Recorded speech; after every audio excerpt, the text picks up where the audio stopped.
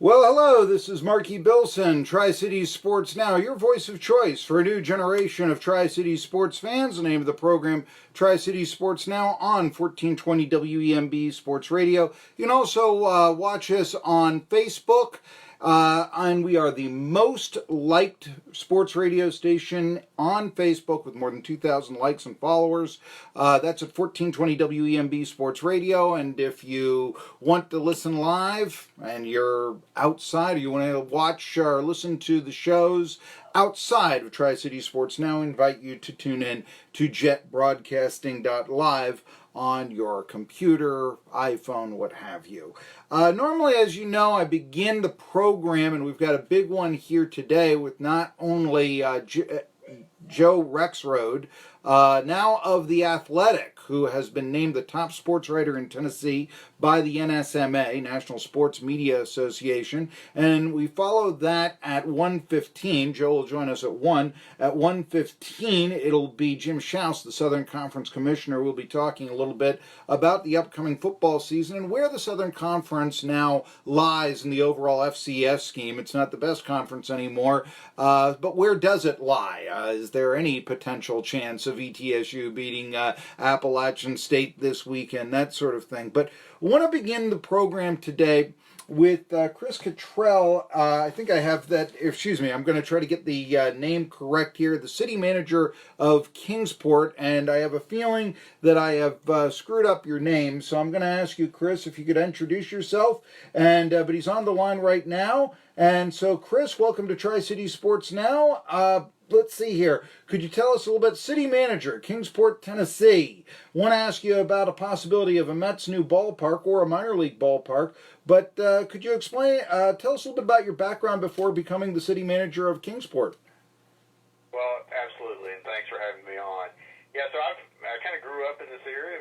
Actually went to David Crockett High School, grew up in Jonesboro, then went to East Tennessee State University, and was able to get my undergraduate and graduate degree there. So I'm a diehard Buccaneer, and looking forward to kicking it off up in Boone this weekend.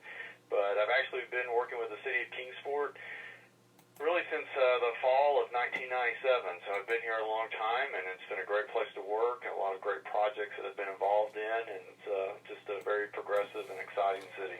Well, let's just ask, and why I have you on here, of course, it's the last day of the Appalachian League baseball season. The Kingsport Mets are tied for first place, but several months ago, perhaps almost a year ago, there began some talk about a new ballpark in downtown Kingsport. It seems like there's always some new athletic situation, new field, something like that going on in Kingsport. What can you tell us? What's the status? Is this a go, or what can you tell us about discussions for a downtown ballpark in Kingsport? Well, we're very much still discussing the idea of building a large outdoor venue that would allow us to do a lot of different things, and one of which is to play baseball. And so one of the things we talked about, really, I guess probably going back 2 or 3 years ago during a summit that the mayor, then Mayor John Clark, organized, and they started talking about a variety of different things that could be done to enhance Kingsport. We look at everything from business to housing to our schools and improving the public civic space, a lot of different things. But the top item that came out of that summit was the idea of a downtown venue, something that would serve as a magnet to draw people in. And from there, we really started talking about the versatility of such a venue, and that's where we kind of came back to this idea of, well, what if we built a stadium that would allow us to play baseball, youth baseball, college baseball, as well as being a home for the Kingsport Mets, but also at the same time would be versatile enough to allow us to move in and start doing concerts, festivals, maybe even expanding beyond baseball, doing youth soccer, possibly even youth lacrosse.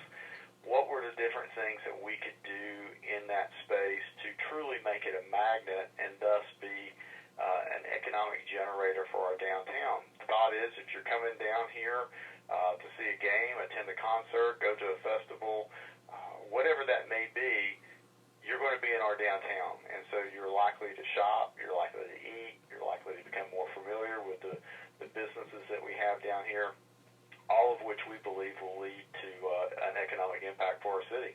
Well, I guess the first thing to ask is Hunter Wright Stadium, which is not downtown. In fact, it's kind of isolated. They're off the beaten path in Kingsport, off, let's see, or Weststone Drive. You have to drive off Weststone Drive for about a mile. And like I said, it's kind of isolated there. But it is only 24 years old. So let me ask, do you think Hunter Wright Stadium is obsolete?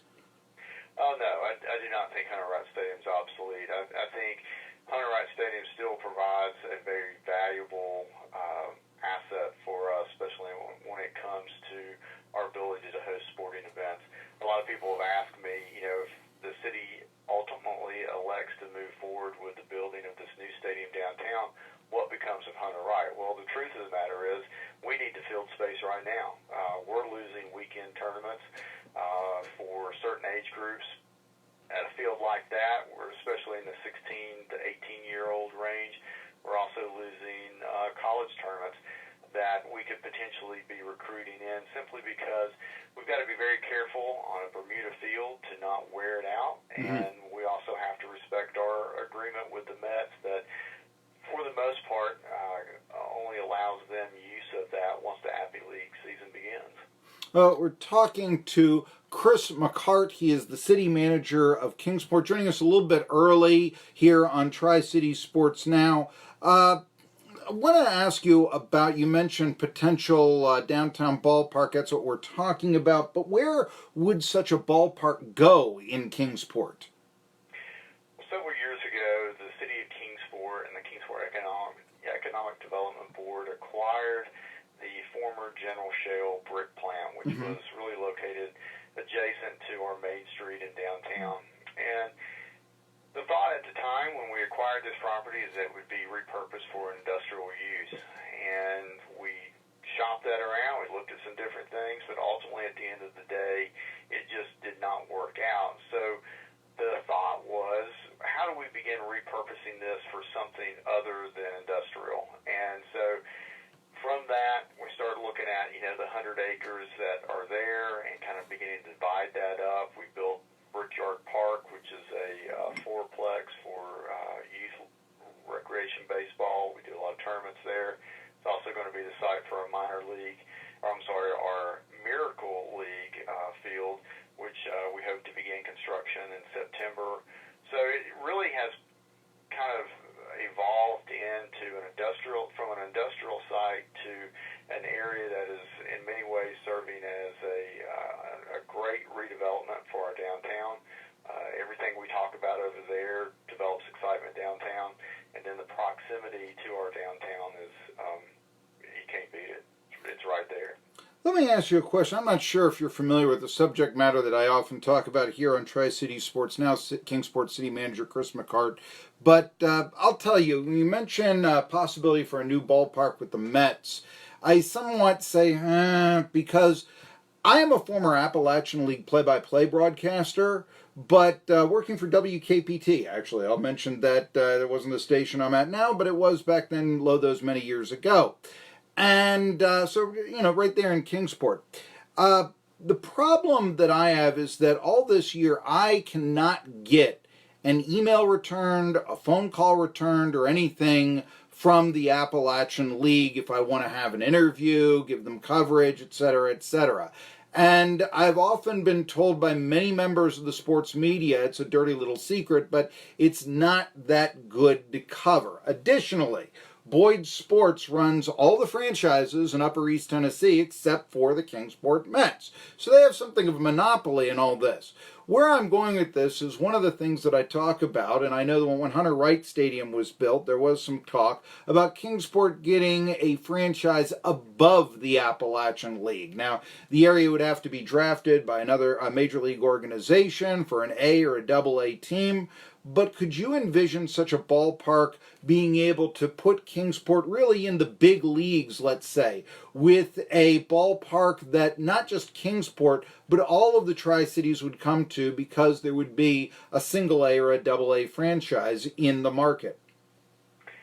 Well, we've obviously had conversations discussions. I'd be lying to you if I told you otherwise over the last decade about what those options are.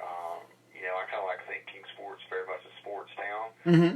Got a long history of very competitive athletics. A lot of folks from this area have gone on to play professional ball in some sort, and so it's always intriguing. Whether or not the market can support it, I think is still to be determined.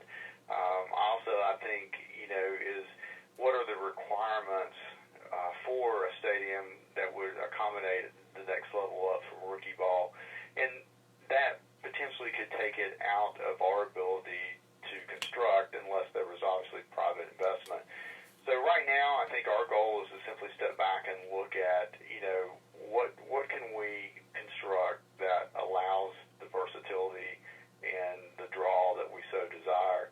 And if from that in time something else comes that would allow us to expand, possibly even to hosting two teams at one park, very common in the state of Florida, Mm-hmm. Or potentially moving up to a higher level, we'll definitely look at all of that.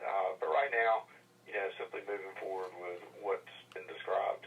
Chris, I do want to talk to you about that latter idea and all this because I know, 25 years ago, another sportscaster told me, "Oh yeah, Hunter Wright, they built that with the idea of a better team in town, and it hasn't happened." But nevertheless, you mentioned public money. How much would a project like this? What is it projected to cost? Right now, the initial estimates that we have in, which were very, very early out of the gate, have this project in that $15 million range. A lot of that is simply due to the site work that would be required before we go vertical.